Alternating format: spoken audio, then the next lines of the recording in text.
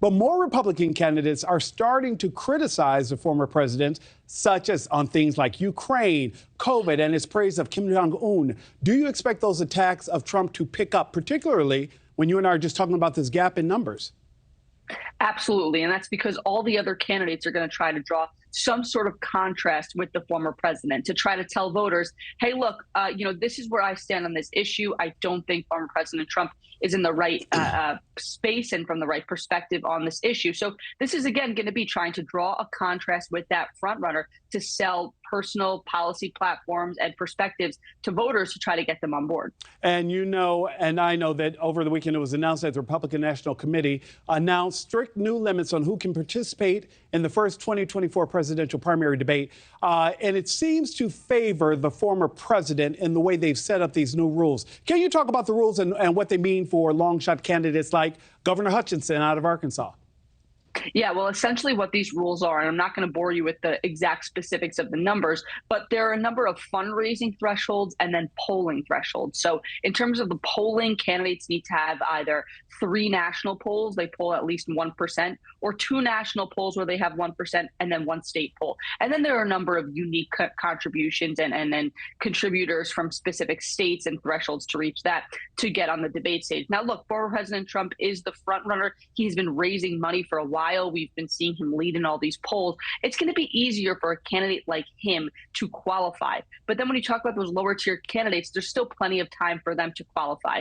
The debate is August 24th. The deadline to qualify is not till August 21st. So there's still plenty of time to, try to get numbers up in those polls, to try to get the number of contributors and amp up fundraising ahead of that date. But look, if there were no regulations, the debate stage could be endless. So the RNC has to put the gauntlet down and try to restrict it somehow.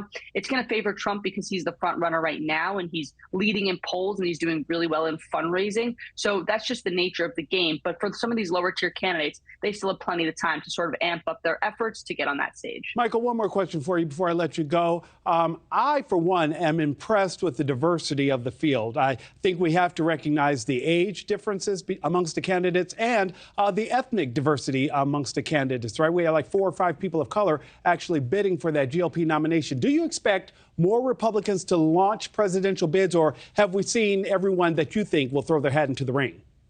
Listen, a number of the front runners, rather not the front runners, the individuals who were widely expected to run, Nikki Haley, Tim Scott, have already announced. We're going to see this week likely Mike Pence announced. We're likely going to see former New Jersey Governor Chris Christie. There could, of course, be more, but I think that right now, a number of the names that we had been talking about for months beforehand, sort of Washington trying to understand what's going to happen in the next election, a number of those names who we had floated and who had spoken about, those names who had traveled to Iowa and New Hampshire without having a campaign, but just saying to meet voters and familiarize themselves.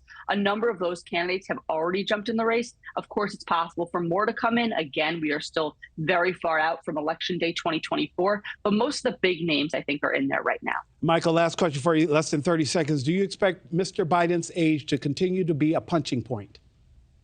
I mean, look, this is something that voters have said that they are concerned with, and the facts are the facts. President Biden is already the oldest president to occupy the White House. He's now asking voters to elect him to remain in the White House till he's age 86. That has been a concern among voters. And then also when you talk about candidates make a contrast with one another, a number of particularly Republican candidates, Nikki Haley, for example, have been saying that it's time for a new generation of leadership in Washington. So I think that as we see younger candidates take on the race and jump into the race, we can see them trying to draw a contrast with Joe Biden on this issue of age, because they have that in their arsenal. They are younger than Biden, but B, because polls are showing that voters are concerned about this.